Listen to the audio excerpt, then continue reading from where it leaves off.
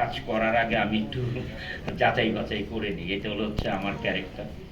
তা আমি যখন আমার কাছে সেবার প্রস্তাবটা আসলো তখন আমি আগে সেবা সম্বন্ধে জেনেছি, যে আমরা যে একটা প্রোডাক্টের সাথে জড়িত হব, আমরা যে একটা কোম্পানির সাথে জড়িত হব, সেটা অ্যাজ এ কমার্শিয়াল আমরা যে রেমুনেশন নিব, বাট এটার ইম্পর্টেন্ট হচ্ছে এই কোম্পানিটা মার্কেটে তাদের সুনাম আছে কিনা। কারণ আমি যে কোনো একটা কোম্পানির সাথে আমার নাম জড়াবো, সেই কোম্পানির যদি মানে তাদের কোনো ব্যাড রিপুটেশন থাকে মার্কেটে, আমি তো এটা করবো না।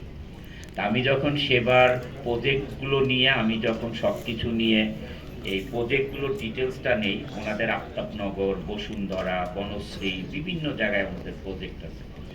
সব প্রজেক্টে তো যাওয়া সম্ভব হয়নি আমার দ্বারা, তবে আমি প্রজেক্টের যখন ডিটেলসটা নিচ্ছি তখন আমি আমার অফিসের অ্যাডমিনকে আমি আমার এটার সাথে আবার অ্যাড করেছি। এই প্রজেক্টগুলো তারা কি সুন্দরভাবে হ্যান্ডওভার করেছেন কিনা। যদি একটা প্রজেক্ট হাতে নিয়ে যদি সুন্দরভাবে হ্যান্ডওভার করে, যদি তাদের মার্কেটে সুনাম থাকে, তাহলে আমি এটার সাথে আছি। আর যদি দেখি মার্কেটে যদি সুনাম না থাকে, তাহলে আমি এটাতে কাজ করব না।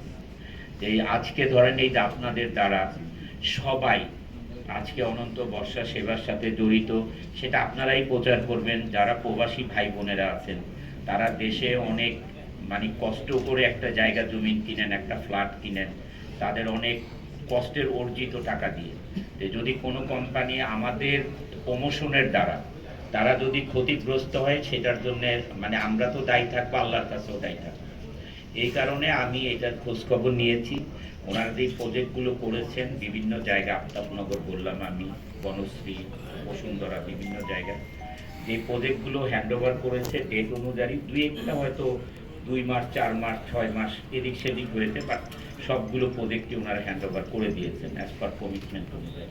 তারপরে আমি খোঁজখবর নেওয়ার পর বেশ 2 সপ্তাহ পরে আমি তখন ওনাদের সাথে বলেছি যে ঠিক আছে, আমরা তাহলে নেক্সট মিটিং করতে পারি, আমি এটাতে কাজ করতে পারছি।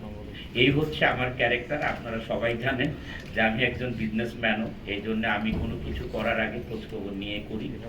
আপনাদের দ্বারা আজকে সারা দেশে প্রচার হবে যে অনন্ত বর্ষা সেবার সাথে, সেবার যে প্রজেক্ট আছে এটার সাথে মানে আমরা ফ্যামিলি হিসাবে কাজ করছি এবং আমরা এটা প্রচারণা করছি। প্রবাসী যারা ভাই বোনেরা আছেন, যারা বিদেশে থাকেন, যারা একটা অ্যাপার্টমেন্ট কিনেন, এই সেবা থেকে আমি যা খবর নিয়েছি, মানে আমি খবর মুখে মুখে না, আমি লোক পাঠিয়েছি, মানে আমার অফিসের লোক দিয়ে খবর নিয়েছি, যেটা আমি প্রমাণ পেয়েছি আপনারা কাজ করতে পারেন। সেবার সাথে আপনারা অ্যাপার্টমেন্ট বা যে কোনো প্রজেক্টে কিনলে আমার মনে হয় না কোনো সমস্যা হবে, কারণ আমি এটা দেখেছি। Thank you so much. এটা হচ্ছে আমি আমার ধারণাটা আগে বলে নিলাম আপনাদের মাধ্যমে সবার কাছে বলার জন্য। আর সেকেন্ডলি, এখন যে প্রজেক্টটা হচ্ছে সেটা রূপনগরে, মিরপুর একটা বিশাল একটা জোন মিরপুর।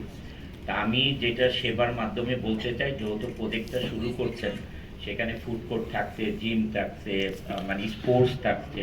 আসলে রূপনগর এত বড় একটা এলাকা এবং মিরপুর এত বড়, সেখানে সনি সিনেমা হলে জানেন স্টার সিনেপ্লেক্স হচ্ছে অলরেডি স্টার সিনেপ্লেক্স অনেক সুন্দরভাবে 3টা স্ক্রিন করেছেন।